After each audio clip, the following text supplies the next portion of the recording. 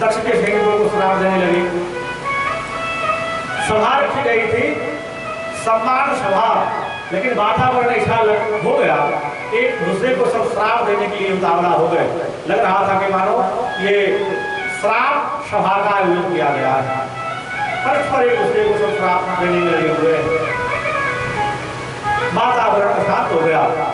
और जहाँ अशांति का वातावरण रहता है वहां शिव जी निवास नहीं करते।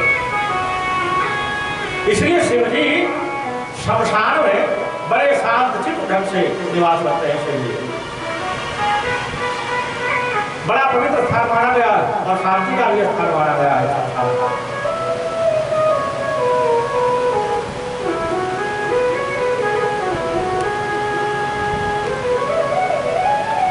शिव जी खिन्न मन से उठे हैं और पुनः अपने निज स्थान पर जाकर के निवास किए।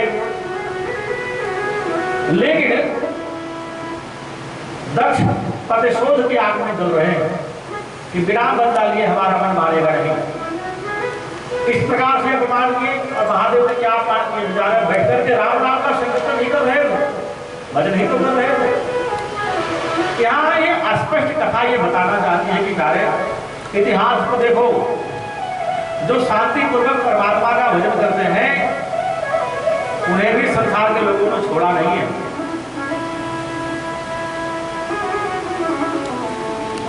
थोड़ा विशेष समय हम घर से जुदा होकर यदि सत्संग में देने लग जाते हैं, कहीं तीर्थ यात्रा में देने लग जाते हैं, शुरू हो जाता है। ये तो वही समाज है कार्य जहां राम और कृष्ण को भी उदाहरण देने से चुका रहे। संसार का स्वभाव ही वही है। राम और कृष्ण को भी जब उदाहरण दिया है तो हमको तो संसार ही है, उदाहरण मिलेगा ही। सहने की शक्ति तक को तैयार करके रखो, उदाहरण देने वाले कभी भी पीछे नहीं रहेंगे। शिव जी उठे और अपने आसन पे चले गए, लेकिन दक्ष प्रतिशोध की अग्नि में जलते हुए विचार करते जा रहे हैं। मनुष्य का शरीर मिला है तो किसी से प्रेम करो। जीवन मिला है प्रेम बांटने के लिए, प्रतिशोध बांटने के लिए, प्रतिशोध करने के लिए।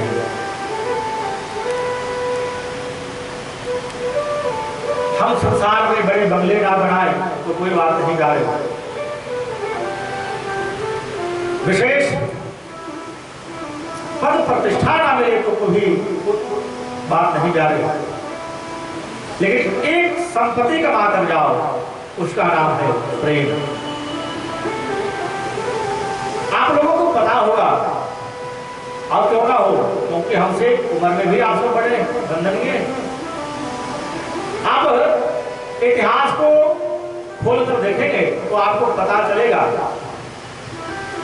प्यारे श्रवण कुमार की कोई विशेष प्रॉपर्टी नहीं थी। मां मीरा को देखेंगे तो कोई विशेष बंगला नहीं था उनके पास। शबरी को देखेंगे तो कोई विशेष जायदाद के मालिक नहीं थे, लेकिन फिर भी आज समाज में उनका नाम चलता है, कीर्ति चल रहा है, तो केवल प्रेम के कारण।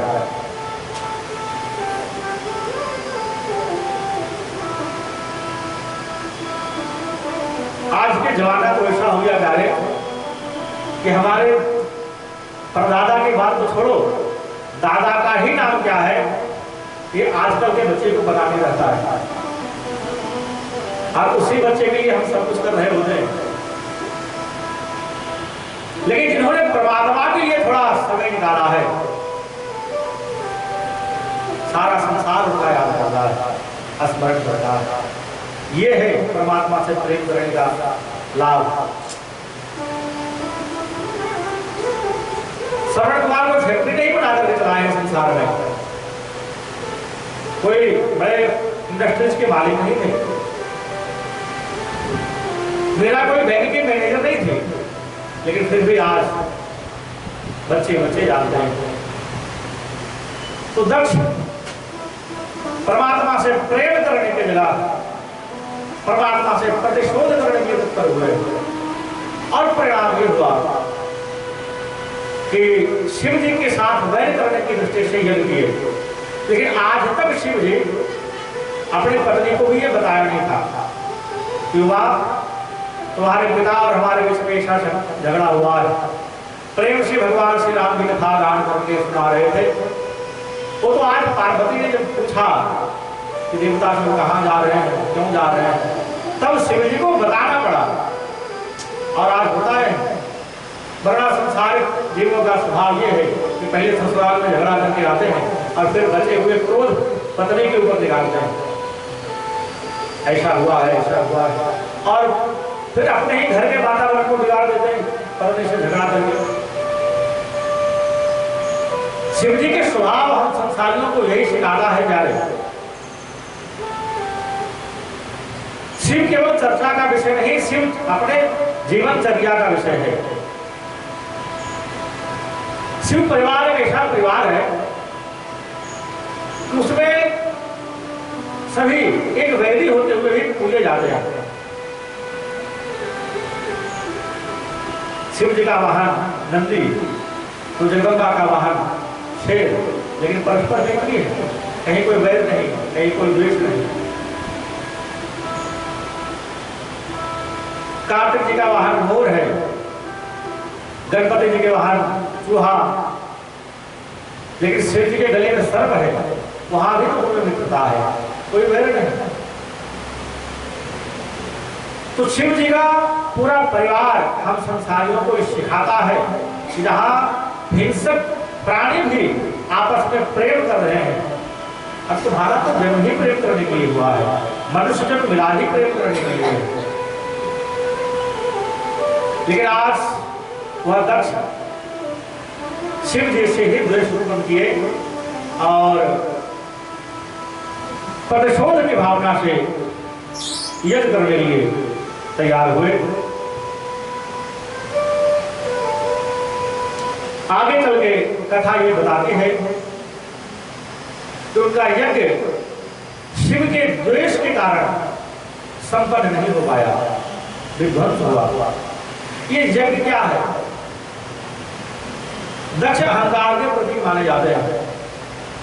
ऋषियों ने बताया कि कार्य ये अपना जीवन ही यज्ञ है और इस जीवन रूपी यज्ञ को यदि दक्ष के तरह अभिमानी बनकर के बिताना चाहोगे, संपन्न करना चाहोगे, तो थोड़ा मुश्किल सा लगेगा। जिस प्रकार दक्ष का यज्ञ ध्वंस हुआ, उस प्रकार से हो सकता है कि हमें भी सफलता हार ना लगे, लेकिन वही यदि प्रेम बांट चलोगे, प्रेम फैलाने चलोगे, तो परमात्मा कृपा करके तुम्हारे जीवन रूपी यज्ञ को संपन्न करेंगे, संभालेंगे और परिपूर्ण करेंगे।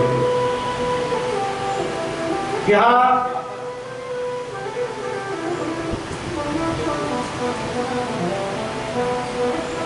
संपूर्ण गुण से युक्त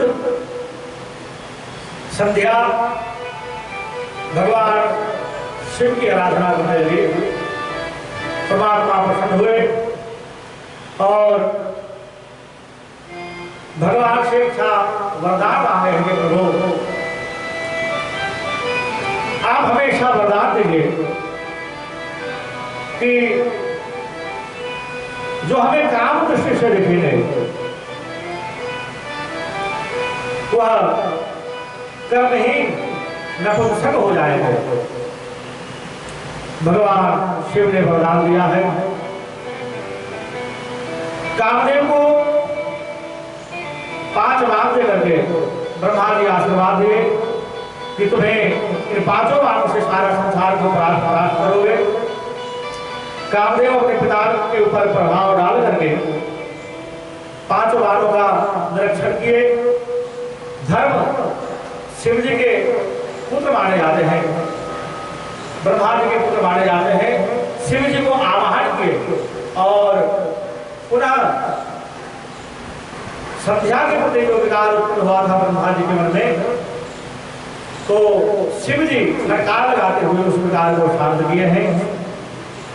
कामदेव ने इस प्रभाव को शांत करने के लिए धर्म ने भगवान शिव को आराधना करते हुए प्रार्थना किया कि हे प्रभु देव देव महादेव धर्मपाल नमोस्तुते सृष्टि स्थिति विनाशानां कर्ता शंभो त्वमेव हि। भगवान शिव वहां आए और तुरंत भगवान शिव जी के ऊपर भगवान ब्रह्मा जी को काम विकार के द्वारा काम विकार जो उत्पन्न हुआ था उसे विनष्ट किए हैं। और जब पूछा है ब्रह्मा जी से क्या करना क्या चाह रहे हैं, आपकी दृष्टि आपकी मति में क्या है, तब ब्रह्मा जी ने स्पष्ट बताया कि हम भगवान शिव का विवाह कराना चाहते हैं।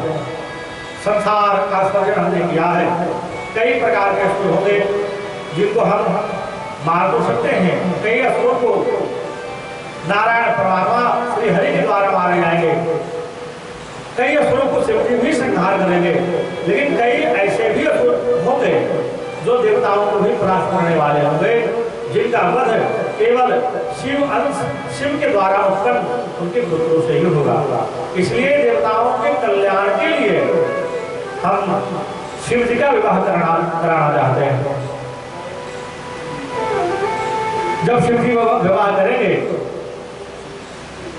तब उनके घर प्रजोत्पत्ति होगी और उनके पुत्र के द्वारा असुरों का उद्धार होगा। तो ब्रह्मा ने कामदेव को कहा कि हे गंधर्व, शिव जी की समाधि को तुम भंग कर सकते हो, लेकिन यहाँ ब्रह्मा जी को तुमने जो काम से परिपूर्ण किया, घोषित किया, इसलिए हम तुम्हें श्राप देते हैं कि शिव के समाधि टूटते ही तुम जलकर भस्म हो जाओगे। कामदेव ने क्षमा याचना करी है। तब ब्रह्मा जी ने कहा कि शंकर जी का जब विवाह होगा, शंकर जी जब विवाह करेंगे तब तुम्हें अनायास सशरीर भगवान भोलेनाथ प्रदान कर देंगे। तत्पश्चात दक्षिण अपनी कन्या रति का विवाह काम के साथ संपन्न करवाया और संध्या देवी के मन में पश्चाताप हुआ कि मैं इसे अभागी हूं, जिसे देखकर पिता के मन में ही विकार उत्पन्न हुआ है। तो संध्या देवी ने संकल्प किया कि मैं अपने शरीर को अग्नि में समाहित कर लूंगी, जिससे ना ये शरीर रहेगा ना किसी के मन में विकार उत्पन्न होगा। देखो यहाँ संध्या देवी ब्रह्मा, संसार का सृजन करने वाले ब्रह्मा है, देवी है संध्या। संध्या के स्वरूप को देख करके कामदेव के प्रभाव के कारण उनके ही पिता ब्रह्मा जी हैं बच नहीं पाए, वो भी काम विकार से भर गया उनका मन। पुनः मानव परमात्मा की लीला के अनुसार संध्या ने अपना पश्चाताप किया और अपने शरीर को अग्नि में भस्म करने का संकल्प किया है कि ऐसे शरीर जिसके कारण पिता ही कलंकित हो जाए, परिवार के ही लोग कलंकित हो जाए, फिर ऐसा स्वरूप हमें नहीं चाहिए और हम अग्नि में शरीर को समर्पित कर देंगे। आज के भी समाज में संध्या इस तरह के स्वरूपवान जो हमारी बेटियां हैं, भगनियां हैं, उनको सोचना चाहिए, समझना चाहिए और घर के जो बड़े बुजुर्ग हैं उनको भी ये समझाना चाहिए कि हाँ, बड़े बड़े ऋषि महर्षि भी काम विकार से बचे नहीं। जहाँ पिता रूप ब्रह्मा भी अपने पुत्री को देखकर काम विकार से भर गए, ये तो बलिदान है प्यारे। यहाँ यदि हम एक मर्यादा की रेखा में हम नहीं रहेंगे तो हो सकता है कोई अमंगल घटनाएं भी घट सकता है। और घट रहा है समाज में, लेकिन कौन बोले, कौन समझाए? यदि कोई बोलता भी है तो सीधे तरह कह देते हैं कि बात अब आप अपनी दृष्टि को बदलिए, अपने विचार को बदलिए। कहां तक बदला जा सकता है?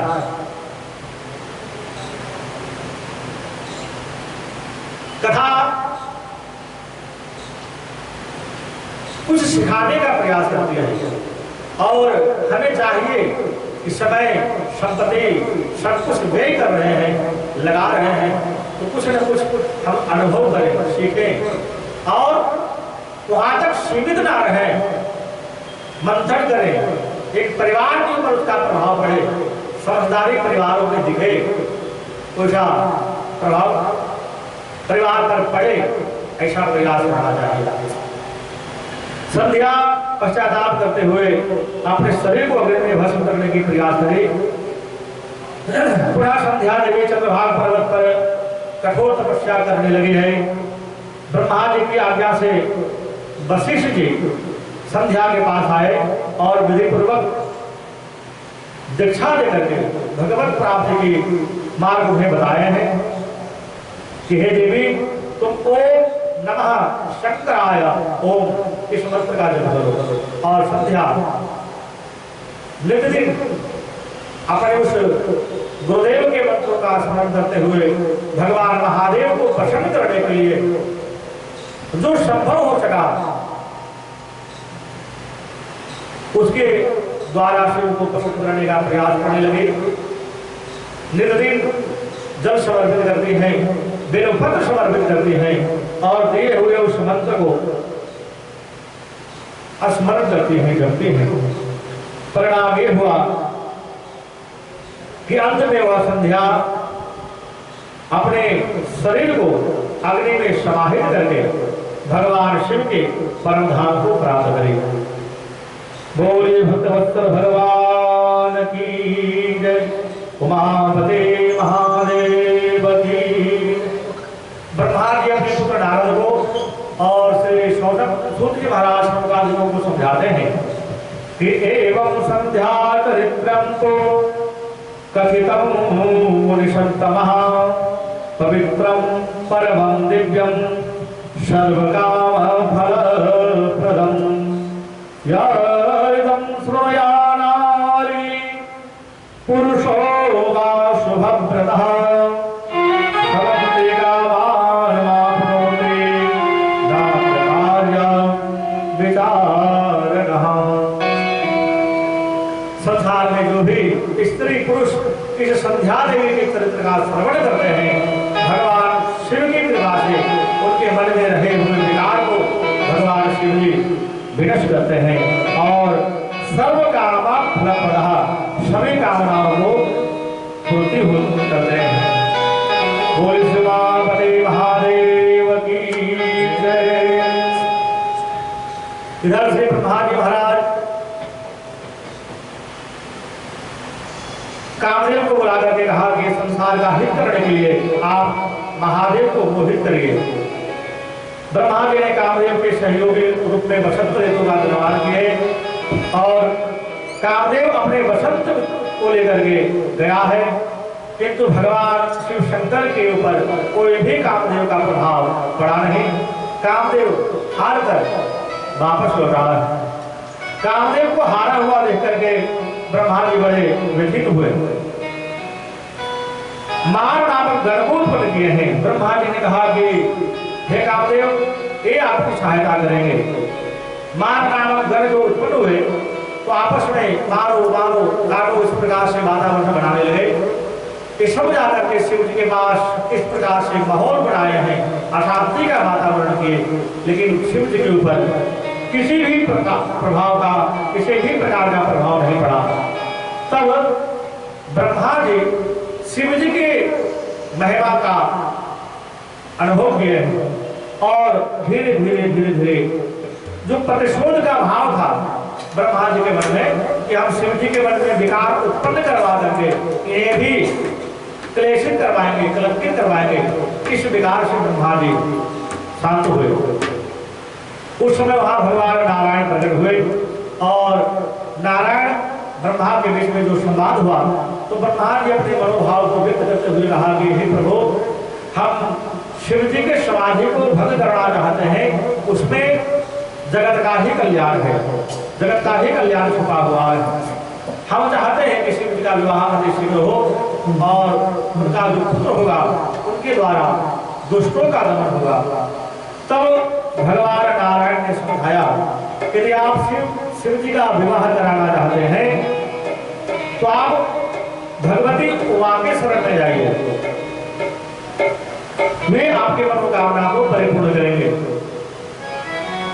तब ब्रह्मा जी भगवती जगदम्बा के शरण में गए और ब्रह्मा जी ने देवी दुर्गा का स्तवन किया है, जिससे भगवती उन स्तुति को सुनकर के प्रकट हुई।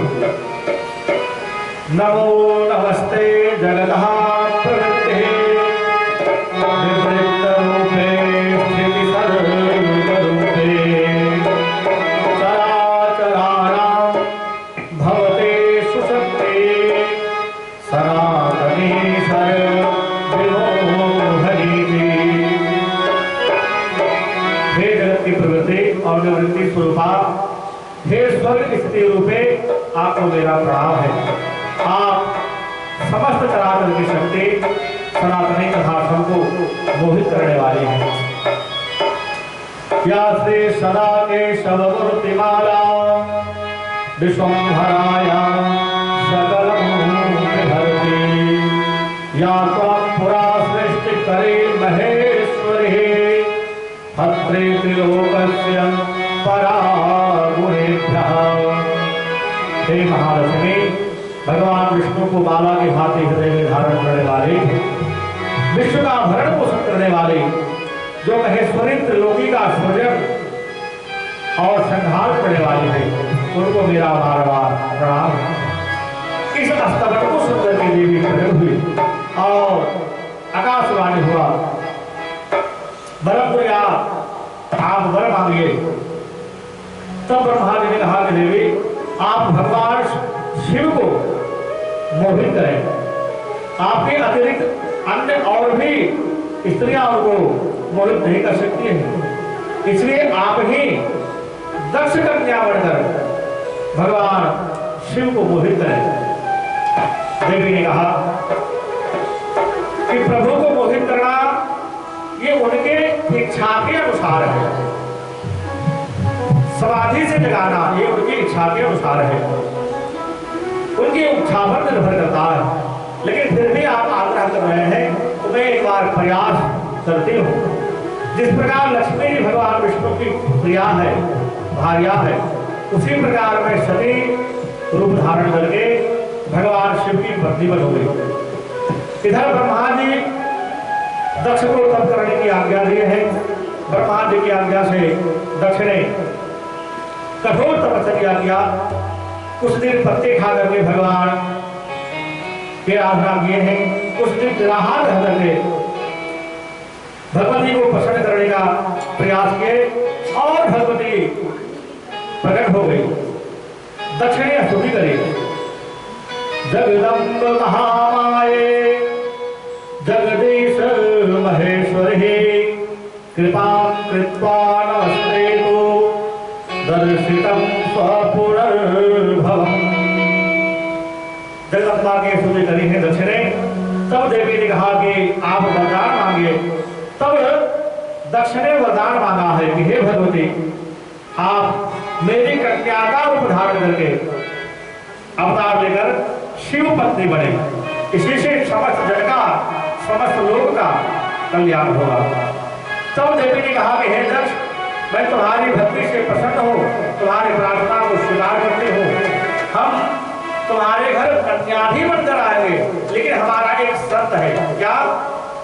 हम तुम्हारे घर कन्या बनकर जब आएंगे, लेकिन जब तुम हमें कभी अपमानित कर दोगे तब हम अपने प्राणों को विसर्जन कर देंगे। और ब्रह्मा जी की आज्ञा को सुनकर उस समय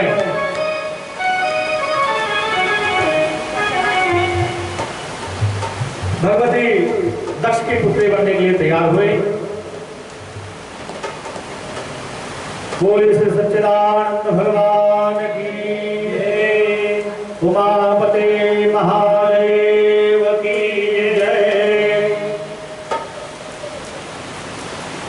भगवान भोलेनाथ की कामना को परिपूर्ण करने के लिए यहाँ मानो जल वृष्टि के रूप में आए हुए हैं कि केवल कथा ही कथा हो रहा है, कभी कुछ भजन भी होता है तो आए ही नहीं बाबा को एक बार थोड़ा सब मिलकर के डमरू वाले बाबा तुमको आना होगा, डम डम डमरू बजाना होगा, डमरू वाले बाबा तुमको आना होगा, डम डम डमरू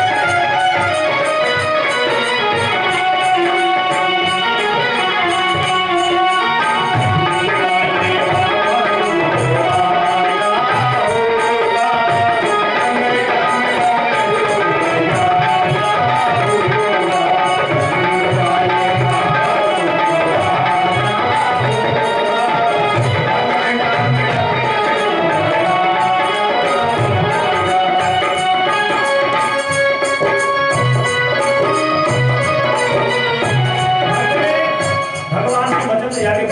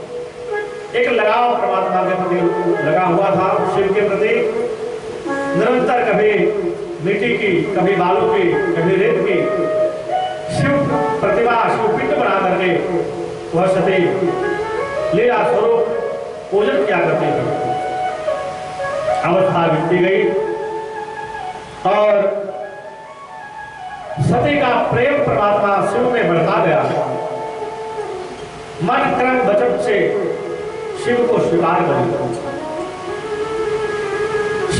प्राप्त करने के लिए कठिन साधना करी है। शिव जी प्रसन्न हुए, वरदान मांगने के लिए कहा गया। तो सती संकोच वस्तु से बोल ना पाई। परमात्मा अंतर्यामी है, समझ गए सती के मनोभाव को और भगवान शिव ने वरदान दिया कि हे देवी, भवतों मम भार्ये थी, तुम चिंता मत करो, तुम्हारी जो कामना है सिद्ध होगी, तुम हमारी भार्या बनोगी। शिव ने कहा, हे देवी, तुम मेरी पत्नी बनोगी। सती जी की प्रार्थना पर भगवान शिव ने ब्रह्मा जी को दक्ष के पास भेजा। ब्रह्मा जी ने दक्ष के पास जाकर सारी बात बताई। दक्ष प्रसन्न हुए कि शिव जवाई के रूप में मिलने जा रहे हैं और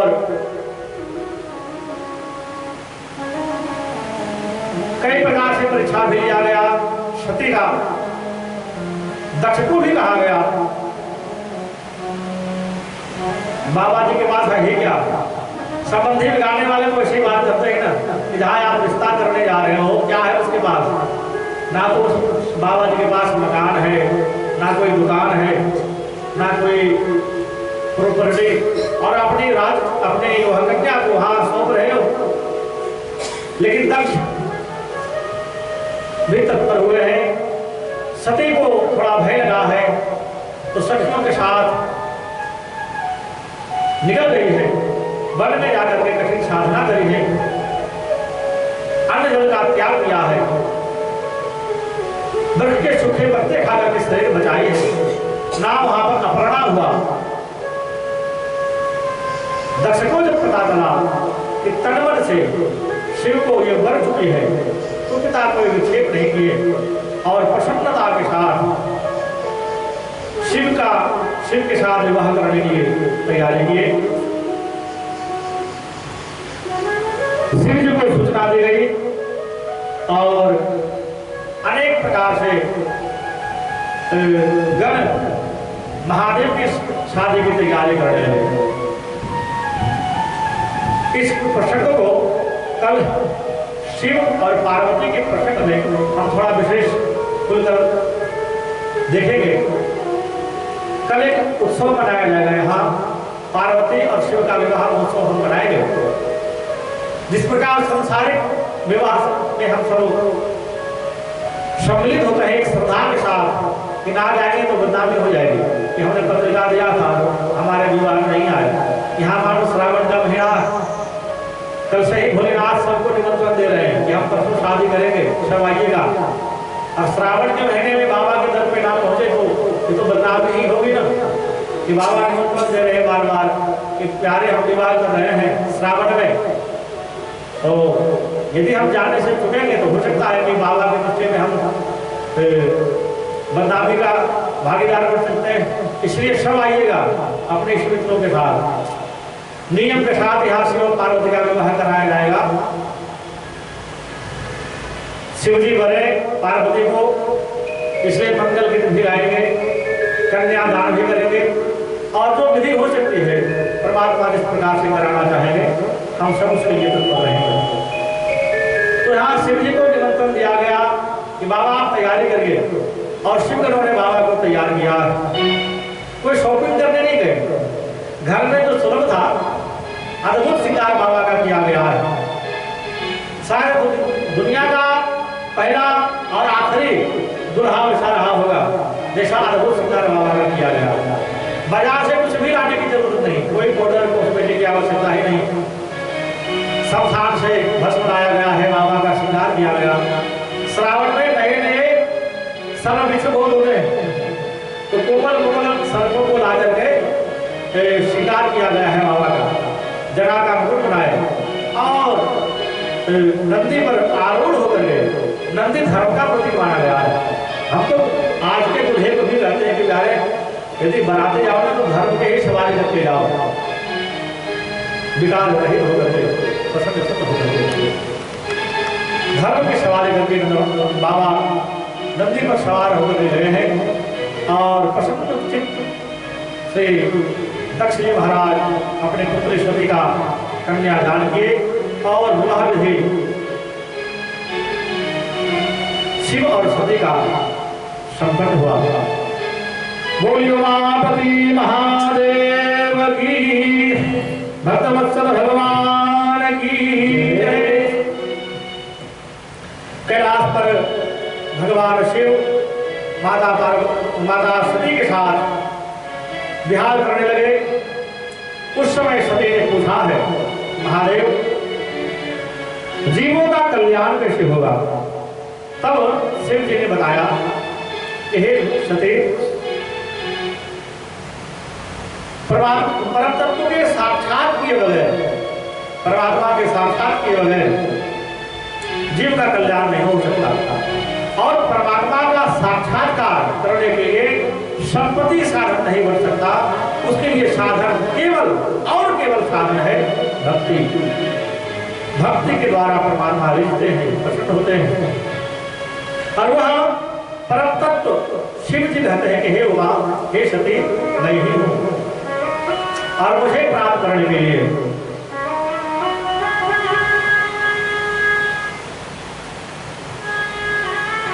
भक्ति की आवश्यकता होती है। मन कर्म विकार वासना से रहित होकर के परमात्मा की भक्ति करने के बाद यहाँ शिव जी सती को बताते हैं। अब उस समय शिव जी सती को 9 प्रकार के साधन बता रहे हैं। सर्वनम कीर्तनम चैव अस्मरणम सेवनम तथा दास्यम तथा चरम देवी वंदनम मम सर्वरः। हे देवी, श्रवण कीर्तन स्मरण दास्य भाव से सेवा अर्चन वंदनम मम सर्वदा। जो ये सब नहीं कर सकता है तो कम से कम सर्वदा वंदनम, हम जहां हैं जिस अवस्था में हैं महादेव का स्मरण बना रहे हैं, ऐसा प्रयास करना चाहिए। जो भी विधि आप करते हैं, जितना सेवा आप करते हैं आपको प्रणाम, लेकिन यदि ना कर पाए तो कम से कम मन प्रभु के चरणों में लगा के रखिए। और सच मानिए, परमात्मा उस भक्ति से ही प्रसन्न हो जाते हैं। आप थोड़ी गोता लगाएंगे तो पता चलेगा, जब दुशासन द्रौपदी के वस्त्र को हरण कर रहा था, उसमें द्रौपदी कोई थाली लेकर भगवान के पास नहीं गई थी पूजा करने के लिए, कोई वैभव लेकर के भगवान के चरणों में नहीं गई थी द्रौपदी। केवल प्रेम के साथ संसार से निराश्रित होकर के आश्रय केवल परमात्मा के चरणों में लगाया है और परमात्मा को राग दिया। ये प्रमाण मिलता है कि परमात्मा केवल मन से खींचे चले आते हैं, यदि हम मन से जुड़ नहीं तो। और मनुष्य का मन ही तो बंधन और मुक्ति का कारण बनता है। जिस प्रकार ताले को खोलने के लिए और बंद करने के लिए चाबी अलग अलग नहीं होती है, एक ही चाबी से ताले को खोलते हुए है, बंद भी करते हैं। हाँ, घुमाने की दिशा अलग होती है, एक ओर घुमाते हैं तो खुल जाता है, दूसरी ओर घुमाते हैं तो लग जाता है। ठीक उसी प्रकार इस ताले की भी चाबी मन है। यदि हम संसार की ओर घुमाते हैं तो बंधन है, परमात्मा की ओर घुमाते हैं तो मुक्ति है। और परमात्मा केवल मन ही चाहते हैं, मैं ये निवेश। संसार में तुम कहीं भी रहो प्यारे, सब कुछ करो, स्वतंत्र हो, लेकिन मन मुझ में लगा कर रखो, मन मुझ में लगा कर रखो। संसारियों को हमसे सब कुछ चाहिए, मन किसी को नहीं चाहिए। ज्यादा बुद्धि देखे तो कहेंगे बस रहने दो। एक तो परमात्मा ही है जो डिमांड करते हैं कि प्यारे हमें तुम्हारा कुछ नहीं चाहिए, केवल मन हमें दे दो, मन हमें दे दो, इसमें तुम्हारा ही कल्याण होगा। तो कथा हमें प्रमाण देती है जिन्होंने मन से प्रभु को स्मरण किया है, सुख की घड़ी हो दुख की घड़ी हो, निरंतर परमात्मा से तारे बचाए।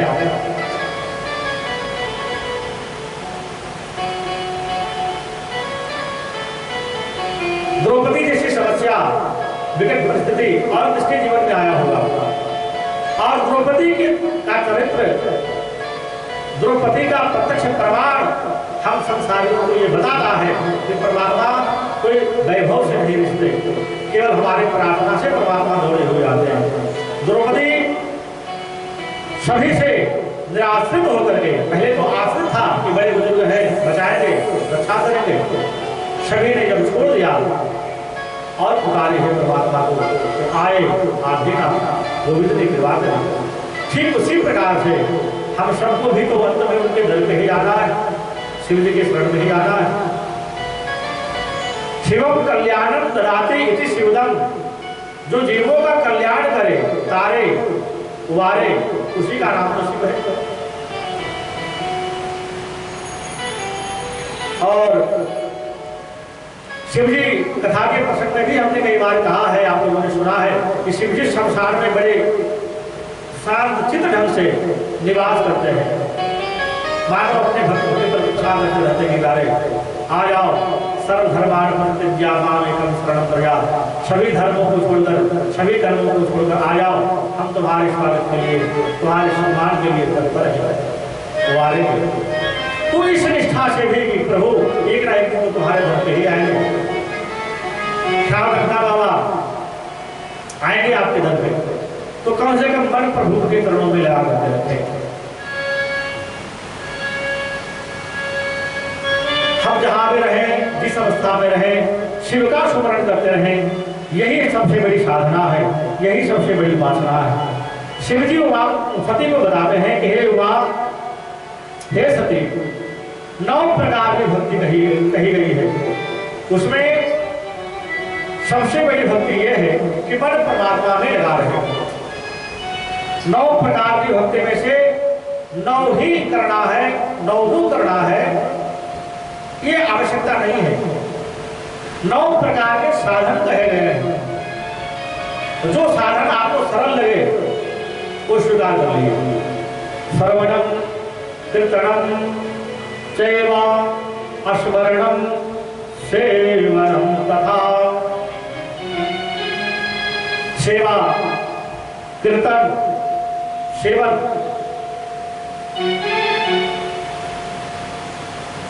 दास्यम, दास भाव, 3 वर्ष करके रहना प्रभु के सामने। अर्चन, जो भी संभव हो प्रभु को समर्पित करके उपयोग करना, यह अर्चन की विधि है। और वंदनम मम सर्वदा, शिव जी कहते हैं कि हे सती, इस प्रकार से 9 भक्ति में से एक भी यदि कोई निष्ठा के साथ करता है, उन्हें भक्ति की प्राप्ति होती है। और यदि भक्ति की उपज हो जाए तो फिर वह परमात्मा यानी हमें प्राप्त करता है। यहाँ भगवान शिव भी 9धा भक्ति का चर्चा किए हैं। भागवत में देखते हैं वहां भी 9 प्रकार की भक्ति कही गई है, मानस में भी 9 प्रकार की भक्ति कही है। कथा भी ये सिद्ध कर रही है कि ब्रह्मा, विष्णु और शिव त्रिदेव एक ही है, लेकिन कर्म भेद के कारण नाम भेद और रूप भेद हुआ है। इसलिए मूलतः तीनों एक ही है। परमात्मा के अलग नाना रूप है, नाना नाम है। जिस रूप में आपको प्रेम है, लगाव है, उस रूप को आप चुनिए, स्मरण करिए, भजिए, सेवा करिए, लेकिन परमात्मा से वंचित मत रहिए। जीवन में एक इष्ट मूर्ति होना अनिवार्य है।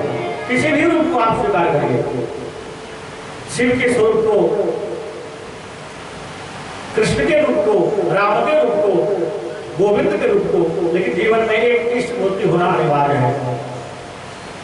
आपने सुना कि भगवान शिव जब अग्नि स्तंभ में प्रकट हुए, उस समय शिव, विष्णु और ब्रह्मा को भी ज्ञान उपदेश करके मंत्र दीक्षा दिए हैं। मतलब अपने जीवन में एक मंत्र भी होना अनिवार्य है, एक मूर्ति हो, एक मंत्र हो और तो एक गुरु भी होना अनिवार्य है। कृष्णम वंदे जगत गुरु, भगवान कृष्ण को आप गुरु मानिए, अथवा तो साक्षात बाबा हनुमान जी बैठे हैं, चारों युग प्रताप तुम्हारा, सती ने वरदान, सीता ने वरदान दिया हनुमान जी को, अष्ट सिद्धि नवनिधि के दाता श्री हनुमान जी हैं, उनको आप गुरु के रूप में मानिए। अथवा शिव जी तो जगत गुरु है, विश्व गुरु है, आदि गुरु है, शिव जी को आप गुरु के रूप में मानिए। तो जीवन में कुछ न कुछ अपनाइए, एक मूर्ति, एक मंत्र, एक गुरु। हमने पहले भी कहा है आपसे कि ब्राह्मण भेष बनाने में कुछ नहीं लगता, एक 2-4 मीटर कपड़े बना लिए मार्केट से, हो गया ब्राह्मण। लेकिन सिद्ध ब्राह्मण बनने में जीवन लग जाता है प्यारे। और जो सिद्ध ब्राह्मण परंपरा के अपने पूर्वजों के मार्ग पर चल रहा है, वो पूर्वजों के प्रतिष्ठा को कभी भी कलंकित करने का प्रयास नहीं करेगा। आज समाज में कई ऐसी घटनाएं घट रही है, उसको यदि आप गहराई से देखेंगे तो पता चलता है वो ब्राह्मण नहीं, ब्राह्मण का भेष बनाने वाला तो बहुत ही था। इसलिए महात्माओं के ऊपर से दृष्टि खिन्न हो रही है, तपस्वियों के ऊपर से हमारी दृष्टि खिन्न हो रही है, मन हट रहा है। तो ग्रंथ ही हमें बताता है, पूर्वजों से भी ग्रंथ को भी गुरु माना गया है। गुरु ग्रंथ साहब, कई ऐसे धर्म है जहाँ ग्रंथ को गुरु माना जाता है, तो हम ग्रंथ को गुरु ना माने तो कम से कम परमात्मा जो प्रत्यक्ष रूप में है, सूर्य हमारे गुरु है, चंद्रमा हमारे गुरु है, ऐसा मान करके एक गुरु अपने जीवन में बनाइए। गुरु बिनु भव निधि तरह को ऐसा कहा गया, जहाँ राम और कृष्ण को भी गुरु की आवश्यकता पड़ी है। अथवा तो घर में तो गुरु बैठे ही हैं, हमारे माता पिता कोई हमारे अहित नहीं सोचते हैं, हमारे कल्याण ही करने की ही चेष्टा रखते हैं, हमारी उन्नति हो यही चाहते हैं। यदि सहन शक्ति है तो अपने माता पिता को गुरु बनाओ। सबसे ज्यादा मुश्किल वही लग रहा है। महात्मा को, आप पंडित को हम गुरु तो बना सकते हैं, लेकिन माता पिता को क्यों कैसे बना सकते हैं? हो ही नहीं सकता। इतने उदार हम थोड़ी है, मानो हम कसम खा के बैठे, माता पिता को गुरु कैसे बना सकते हैं? नहीं जाने। जो कि तुम्हारे सबसे हित की बात यदि है, वो सोचता है तो तुम्हारे परिवार, तुम्हारे बुजुर्ग, तुम्हारे जो प्रतिष्ठित सज्जन है वही सोच सकते हैं। हम देखा देखिए किसी के लपेटे में आ जाए, ये तो हमारे बचपना ही मानी जा सकती है। इसलिए अच्छा है कि हम परमात्मा को गुरु बनाएं, अपने परिवार के बड़े बुजुर्ग जो सम्मानीय हैं उनको गुरु मान करके आदर करें, अथवा तो किसी न किसी को गुरु बना करके हम अपना जीवन उनके हवाले सौंपें। उनकी भी एक जिम्मेदारी होती है। जैसे आज के जमाने में कोई चीज को हम अपना मान लेते हैं तो जिम्मेदारी अपनी हो जाती है ना। पर्स हमारा है तो पर्स की जिम्मेदारी गई, अब हमारी जिम्मेदारी बढ़ गई कि पर्स को हम संभालें। पर्स हमारे पीछे नहीं दौड़ता, हम दौड़ जाते हैं पर्स को, कहाँ गया हमारा पर्स, कहाँ गया हमारा पर्स। ठीक उसी प्रकार से जब हम किसी के हो जाएंगे तो हम निश्चिंत हो जाएंगे, चलो हम किसी के हो गए, लेकिन उसकी चिंता बढ़ेगी कि हमारा कोई हुआ है, हम उसको संभालें। द्रौपदी ने वही किया है, किसी का होकर रह गई कि बस अब हमारा जीवन का खवैया हुआ है और प्रभु ने तारा है, बताया है। तो कथा के माध्यम से कई ऐसे मार्ग मिलते हैं जहाँ ये भरोसा को बलवान करने की औषधि उसे प्राप्त होती है कि प्यारे निश्चित रूप से हम किसी न किसी परमात्मा को, किसी ग्रंथ को अथवा संस्कृत को गुरु बनाए। यहाँ भगवान शिव सती को उपदेश दे रहे हैं कि हे सती, जीवन में मंत्र, मूर्ति, माला और गुरु ये अनिवार्य रूप में होना चाहिए। निरंतर परमात्मा की स्मृति बनी रहे, मन परमात्मा में लगा रहे, ऐसा प्रयास करना चाहिए। बोलिए भक्तवत्सल भगवान की जय, श्री उमापति महादेव की। 9 प्रकार के साधन भगवान सती को बताए हैं और भगवान बताते हैं कि हे सती, जो इस प्रकार से भक्ति करते हैं वो भक्ति मान में प्रयोग रहा, उसे हम भी उस प्रकार से उतना ही प्रेम करते हैं। परमात्मा जब किसी से प्रेम करते हैं तो कोई पद और प्रतीक्षा के कारण पक्षपाती नहीं बनते, बल्कि हमारे प्रेम के कारण पक्षपाती करते हैं। जो जिस प्रकार से जितना प्रेम करता है उस प्रकार से परमात्मा से उसे प्राप्त होते हैं। परमात्मा हमारे भक्ति के अनुसार उस प्रकार से उनका निर्वाह दर्शाते हैं। इसे देखने में हमें ऐसा लग रहा है कि कोई भेद है, लेकिन परमात्मा हकीकत में कोई भेद नहीं करते, भक्ति के अनुसार निर्वाह करते हैं। जिस प्रकार माँ अपने बड़े बच्चे को 2 रोटी परोसती है, उसे पता है कि ये पचा सकता है 2 रोटी। छोटा बच्चा ना तो खा सकता है ना तो पचा सकता है, तो 1 ही रोटी देती है। तो माँ की दृष्टि में दोनों समभाव है, वहाँ कोई वैर नहीं है किसी से, दोनों से प्रेम है। लेकिन दोनों की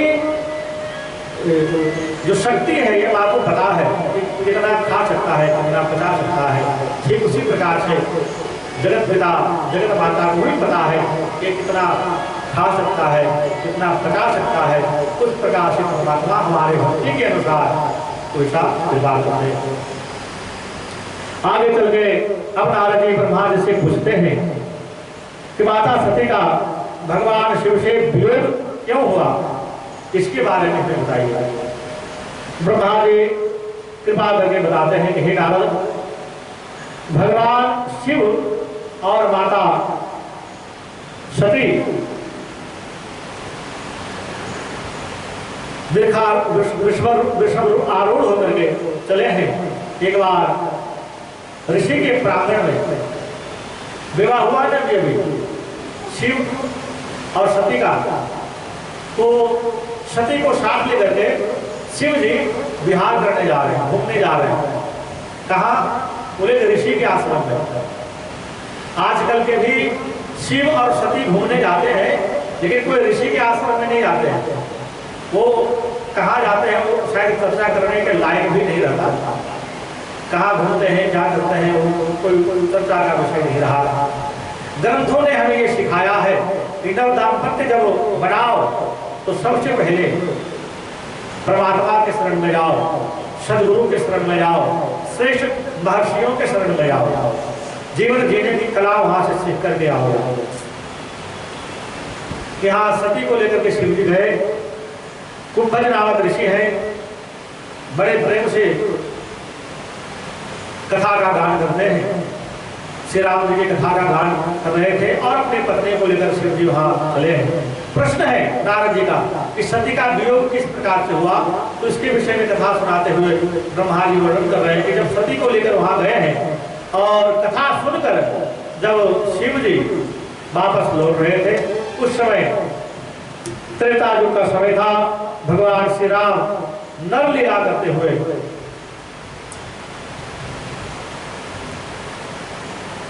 लीला को दिखा रहे थे। समय ऐसा घटना घटा था, एक असुर रावण के द्वारा उनकी पत्नी सती सीता का हरण हो चुका था, जिसके वियोग में श्री राम जी वन विचरण कर रहे थे। अपनी पत्नी को खोजते हुए लताओं से, पशु पक्षियों से पूछ रहे हैं, खग मृग है मधुकर सेनी, तुम देखी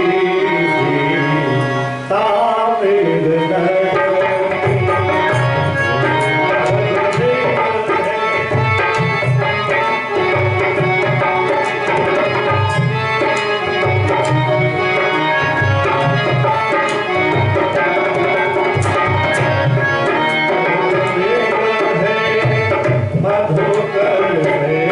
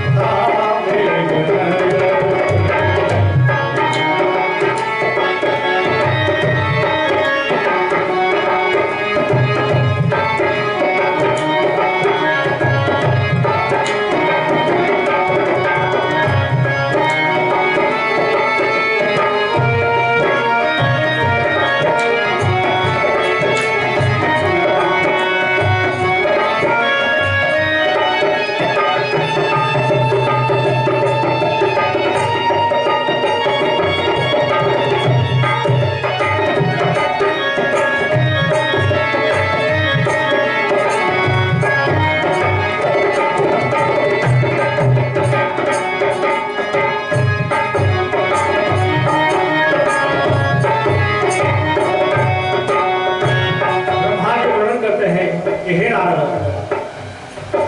अविश्वंतम प्रिया सीता रावणे हृदम छला। प्रिया सीता का हरण करके रावण चला है, उसके वियोग में भगवान रुदते बार बार रुदन कर रहे हैं। हे सीते हा सीते प्रचोरंतम विरहावेष्टमानसं यतस्तस्पश्च पश्यन्तं रुदन्तं हे मुहुर्मुहुः। हे सीते करके बार बार रुदन्तं हा मुहुर्मुहुः बार बार कर रहे हैं। ठीक उसी समय भगवान शंकर का वहां आगमन हुआ और जब इस दृश्य को भगवान शिव जी ने देखा है शिव जी और पहचान में करे ये तो हमारे इष्टदेव है और जय सच्चिदानंद कह करके शिव जी ने प्रणाम किया। जय जयकार करते हुए भगवान शंकर वहां से आगे बढ़े। शिव जी वंदन करते हुए परमात्मा को प्रणाम करे हैं। जय सच्चिदानंद जग पावन अच्युत कहि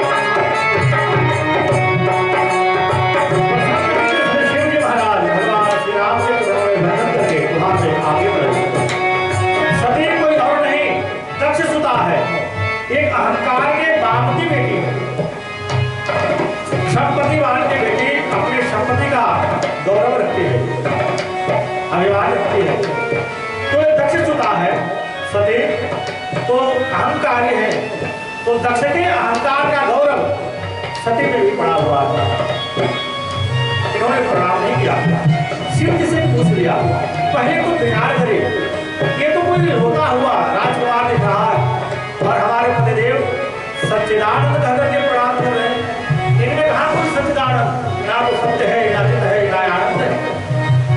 रो रहे हैं एक अबला के लिए, अपनी पत्नी के लिए। इनमें कहा कोई सच्चिदानंद दिख रहा है और उसको हमारे पतिदेव भोलेनाथ प्रणाम कर रहे हैं। फिर सती ने विचार किया यदि ये साधारण राजकुमार होते तो हमारे पतिदेव प्रणाम नहीं कर सकते, लेकिन ये प्रणाम किए हैं मतलब ये हुआ ये कोई साधारण राजकुमार भी नहीं है। तो पूछ लिया सती ने कि आप इस राजकुमार को प्रणाम क्यों कर रहे हैं? तब भगवान शिव ने पूछा, रे सती आपने प्रणाम नहीं किया? कहा कि नहीं महाराज, हम आपके शरीर के भोले थोड़ी हैं।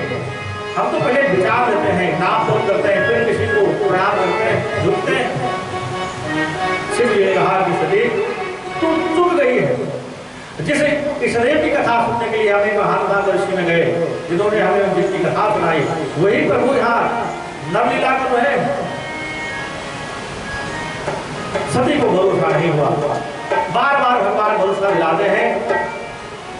यहाँ सती को अपने पति के ऊपर भरोसा नहीं हुआ। अब जिसे अपने पति के ही ऊपर भरोसा नहीं है तो सामने जगतपति के ऊपर भी भरोसा नहीं गया, वो जगतपति नहीं हो सकता। यही हो रहा है संसार में। कई लोग ऐसे हैं कि ना अपने पति के ऊपर भरोसा रख रहे हैं, ना जगतपति के ऊपर भरोसा रख रहे हैं। कथा ये बताना चाहती है कि जिस प्रकार सती ना तो पति के ऊपर भरोसा करी है, ना जगतपति के ऊपर भरोसा करी है, आगे चल के परिणाम ये हुआ कि सती को शरीर गंवाना पड़ा, क्योंकि सती को संशय हुआ। और गीता में ये बताया गया है, संशय आत्मा विनश्यति। जो एक बार संशय में पड़ जाता है फिर उसका कल्याण संभव नहीं। सती को बार बार शिव जी ने समझाया, सती माने नहीं। और फिर अंत में शिव जी ने कहा कि सती यदि तुम्हें हमारे बच्चों पर भरोसा नहीं है तो फिर आप जाइए और जाकर के प्रतिष्ठा लीजिए। सती को लगा कि हाँ ये ठीक है, हम दक्षसुता की पुत्री है, दक्ष की पुत्री है, दक्षसुता है। हम अपने विवेक से परीक्षा लेकर के फिर हम प्रणाम करेंगे। और सती चली है परीक्षा लेने के लिए। मानस में बाबा तुलसी जी लिखते हैं कि हे सती,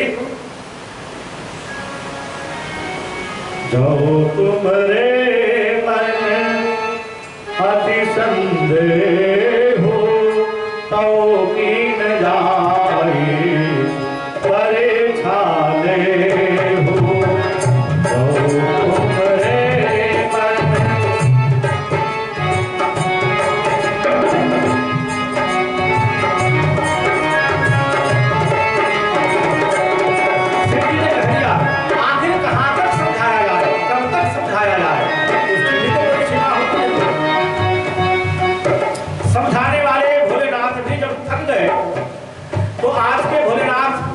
वो भी तो बेचारे थकते होंगे, वो भी कहाँ तक समझाए, कब तक समझाए। भोलेनाथ थक गए यार, कह दिए कि जाओ जैसा आपको अच्छा लगे। हे सीते जाकर, हे सती जाकर के परीक्षा लो। तब सती ने परीक्षा लेने की बात विचार करते हुए सोचने लगे कि मैं किस प्रकार से परीक्षा लूं।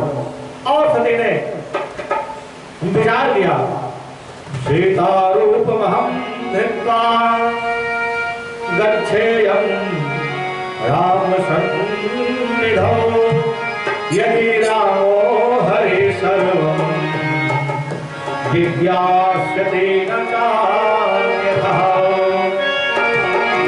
बहुत विचार करते सती ने निश्चित किया, तो राम सीता के रूप में बन रहे हैं, तो मैं क्यों ना सीता का ही रूप ले लूं और उनके पास जाते हो। यदि वो परमात्मा है तो हमें पहचान लेंगे, और यदि कोई मनुष्य है, कोई साधारण नर है, तो पति अपनी पत्नी को देखकर जिस प्रकार से प्रसन्न हो जाता है, ठीक उस प्रकार से प्रसन्न होकर के हमसे लिपट कर पूछेंगे कि सीते कहाँ थी।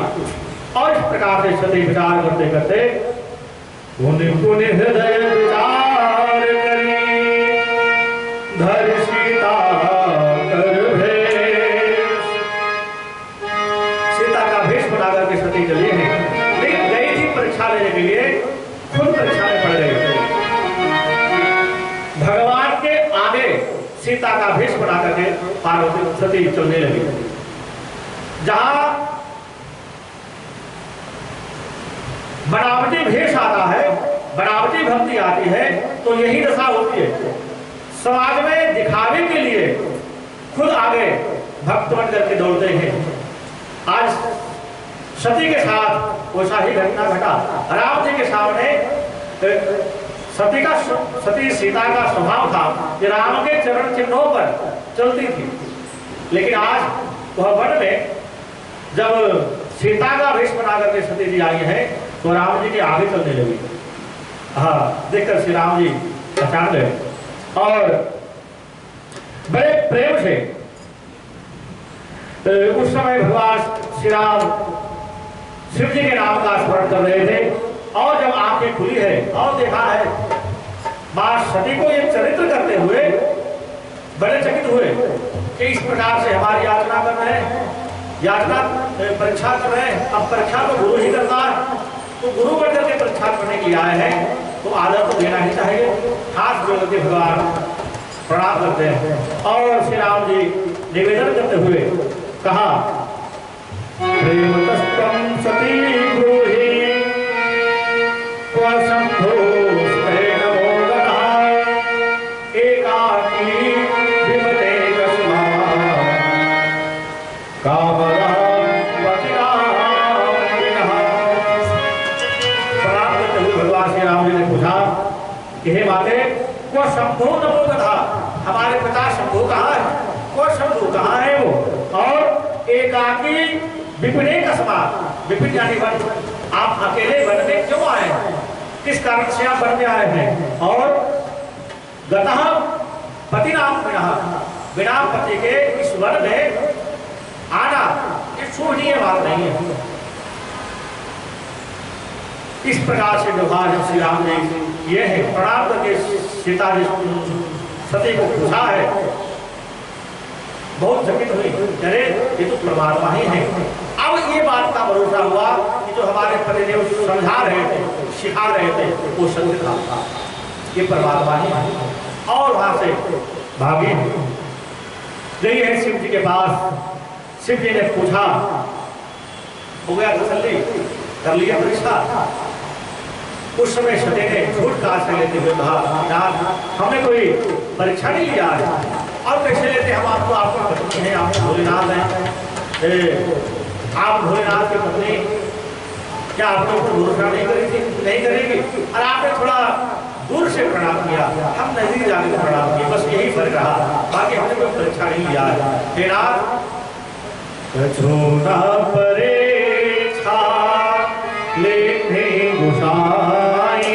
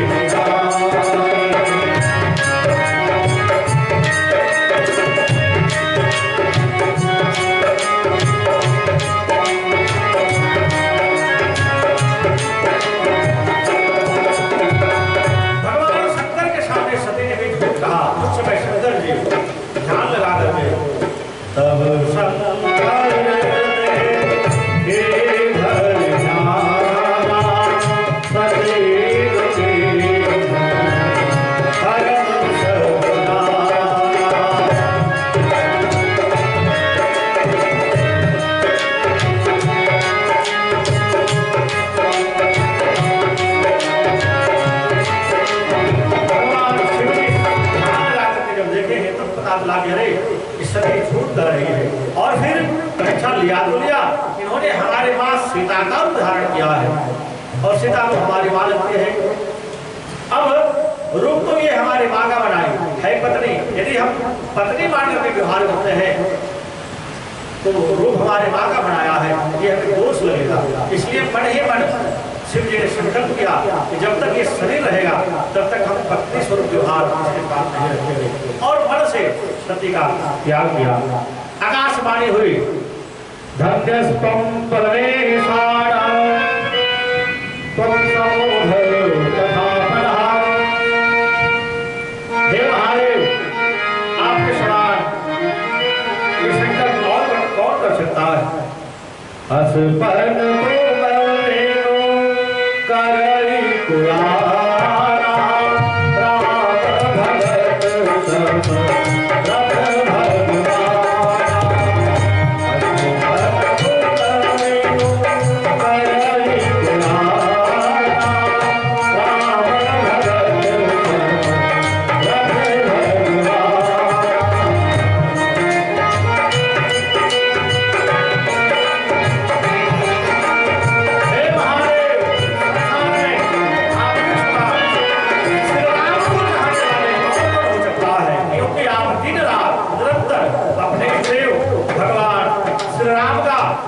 राम भगत सब करते रहते हैं। हरे राम हरे राम, राम राम हरे हरे, हरे कृष्ण कृष्ण, कृष्ण कृष्ण हरे हरे, हरे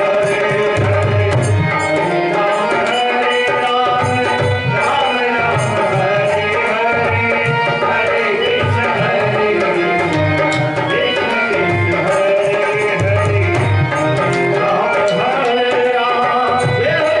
राम, राम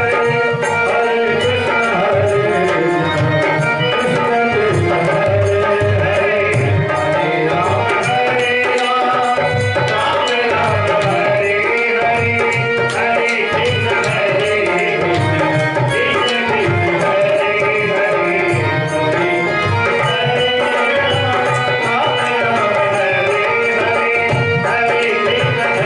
हरे हरे, आपके समान राम प्रेमी और कौन हो सकता है? ये राम राम की महिमा है। आपने इस प्रकार से त्याग करने का संकल्प किया है, और वाकई में लगता है कि जो राम नाम का का स्मरण करता है, शिव नाम का स्मरण करता है, प्रभु नाम का स्मरण करता है, वही कुछ त्याग सकता है। यहाँ तो शिव जी अपने पत्नी का त्याग किए हैं, कारण कुछ और है कि सती सीता का वेश धारण किया है। वरना समाज में हम कई ऐसे महापुरुष को देखते हैं, जानते हैं प्रभु कृपा से, जिन्होंने घर में बहुत सारे वैभव रहने के बाद भी मानव सवेरा होते ही कई ऐसे दास दासियां जिनके घर में लगे हों, दैनिक केवल अनेक प्रकार के पदार्थों से भर जाता है, फिर भी प्रभु की कृपा ऐसी हुई, सब कुछ छोड़कर निकल गए और हिमालय के कत्तराम में जाकर के महापुरुष बन करके बैठे। साधना करने वाले वो सिद्ध महापुरुष, हर महात्मा कोई दरिद्र धर के नहीं है प्यारे, यहाँ से दृष्टि को हटाओ। वो एक परमात्मा की कृपा इसलिए रही, साधना का फल इस प्रकार से प्रफुल्लित हुआ कि अपने घर परिवार को छोड़ करके चले गए हैं प्रभु के खोज के लिए। और हिमालय की कत्तराओं में जहाँ घर में रहने के बाद अनेक सुख सुविधा प्राप्त हो रहा था, उनको ठोकर मार करके हरी भरी को ये निकल गए। आज शिव जी को देखिए, भगवान इसने अपने श्री राम के चरणों में वंदन करते हुए जिनको मां के रूप में मार रहे थे सीता को, उनका रूप यदि उनकी पत्नी सती ने धारण किया है तो मां के स्वरूप मान करके पत्नी का समाप्त हो गया।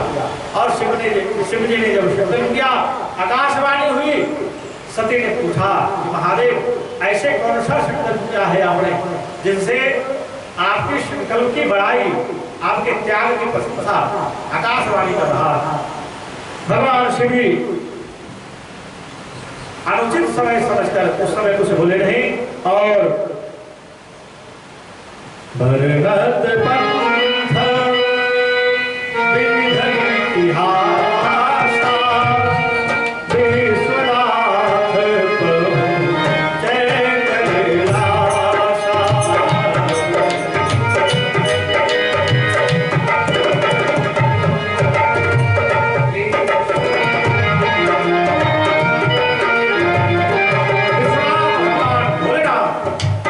विभिन्न प्रकार के सम्मान करते हुए पत्नी रुष्ट हो रही थी कि बताइए बताइए आपने ऐसा कौन सा संकल्प किया जिसने आकाशवाणी आपकी प्रशंसा कर रहे हैं। तो शिव जी सुंदर कथा सुनाते हुए, इतिहास पुराणों की चर्चा करते हुए चले गए कैलाश अपने लिए आसन पर। हम संसारियों को भी चाहिए कि पत्नी जब इस प्रकार से परेशान करे तो समय केवल कथा का ही गान करना चाहिए। गान करो या गान करवाओ, सच मानो बहुत बोलने वाली पत्नी हुई शांत चित्त होकर कथा रस का पान करते। हमें ऐसा नहीं लगता है कि, क्योंकि हमने देखा है, अनुभव तो है ही, हमने तो संसारिक है, घर में कहाँ इतने शांति से हम बैठ सकते हैं, इतने देर में तो कई प्रकार की चर्चाएं हो जाती है, कई प्रकार की व्यवस्था हो जाती है। दो तीन बार तो चाय हो जाता है इतनी देर में, अगर कहीं घर में बैठे तो यहाँ तो ना चाय मिल पाता है, ना कोई व्यवस्था हो पाती है, ना कोई व्यक्ति की चर्चा हो पाता है, केवल केवल हरि कथा का वार्ता है। तो ये करना चाहिए, जब मन ज्यादा व्यतीत हो जाए, परेशान हो जाए, कुछ समझ में ना आ जाए, कुछ समझा ना सके, तो उस समय कथा का आश्रय ही लेना चाहिए। एक व्यक्ति अपने पत्नी के साथ बाजार जा रहे थे। पत्नी बहुत चपल थी, बहुत होती थी और बहुत शॉपिंग करने वाली थी। तो जो कुछ दिखाई पड़े लेने के लिए जिद मचा रही थी, तो हर चीज के ना ना ना कहना अच्छा नहीं लगता था।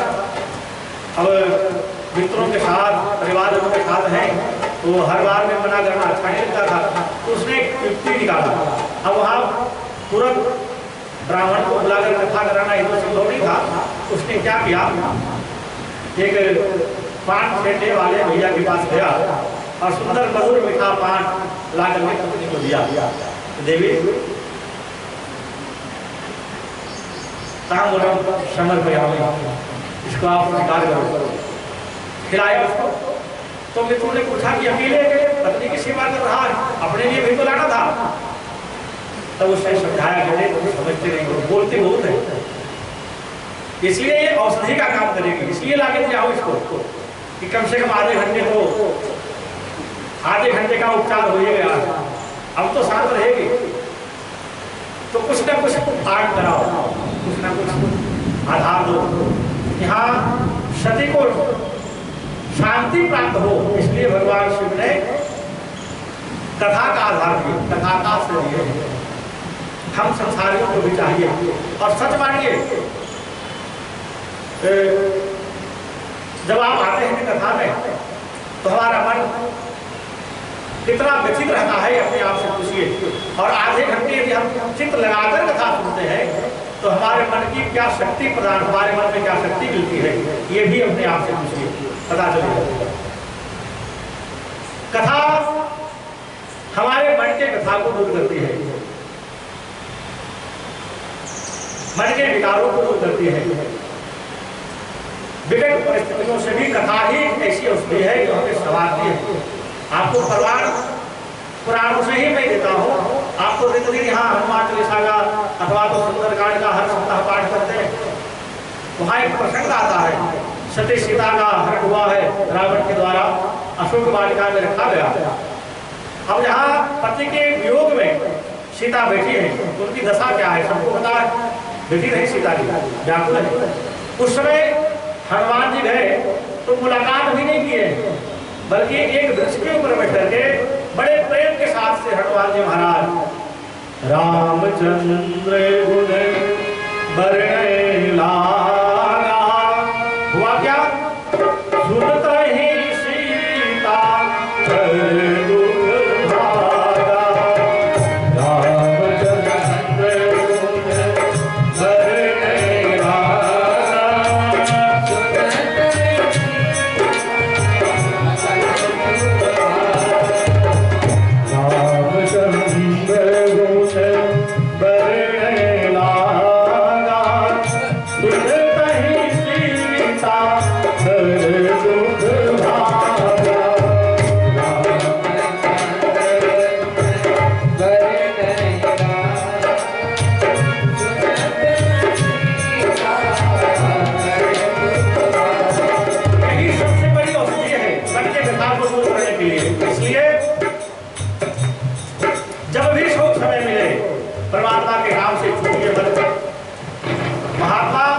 तुलसीदास तो यहाँ तक कि कहे हैं कि प्यारे कलयुग के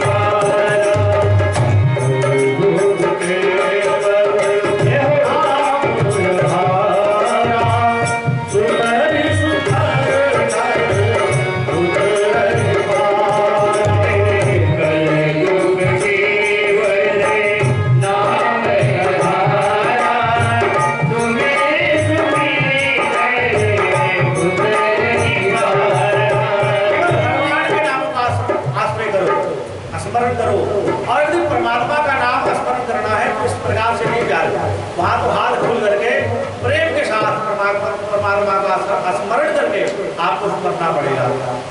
हरे राम